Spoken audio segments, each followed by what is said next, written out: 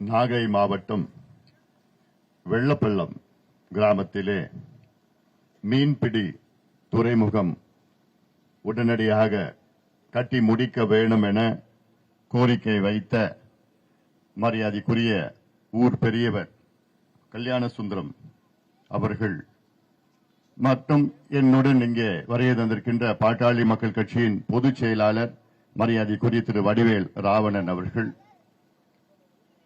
மாவட்ட செயலாளர் சித்திரவேல் அவர்கள், தலைமை நிலை செயலாளர் செல்வகுமார் அவர்கள் உள்ளிட்ட என்னுடன் வருகை தந்திருக்கின்ற அனைத்து பாட்டாளி மக்கள் கட்சி நிர்வாகிகளுக்கும், இங்கே வருகை தந்திருக்கின்ற ஊர் பெரியோர்கள், தாய்மார்கள், உங்கள் அனைவருக்கும் அன்புமணி ராமதாசன் பரிவார வணக்கங்கள்.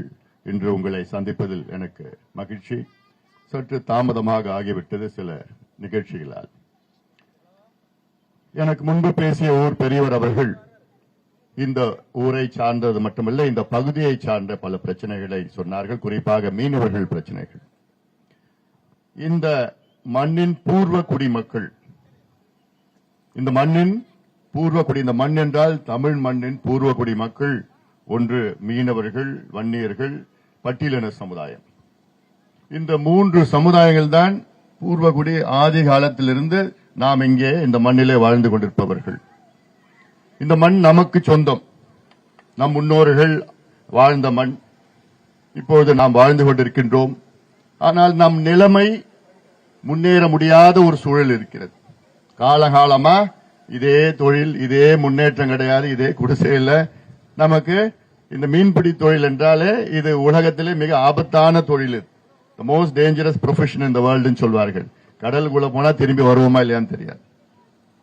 அப்படிப்பட்ட இந்த தொழில் செய்து கொண்டிருக்கின்றோம். இந்த தொழில் செய்வதற்கு ஏதுவாகத்தான் அரசுகள் செயல்பட வேண்டும்.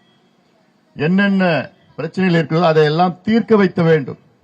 இங்கே இவ்வளவு காலமாக நீங்கள் இந்த வெள்ளப்பள்ளத்திலே போராடி ஒரு மீன்பிடி துறைமுகம் எதற்கு வேணும்? இங்கே படகுகள் இங்கே அங்கே எங்கேயோ போகணும், அந்த பக்கத்தில் போகணும்.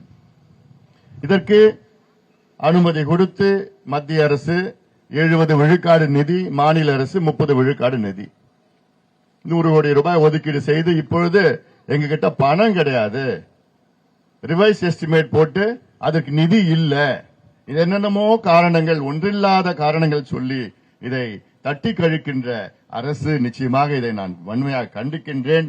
நீங்க கவலைப்படாதீங்க, நான் வந்துட்டேன்ல இப்போ, ஆனா நடக்கும் இப்போ.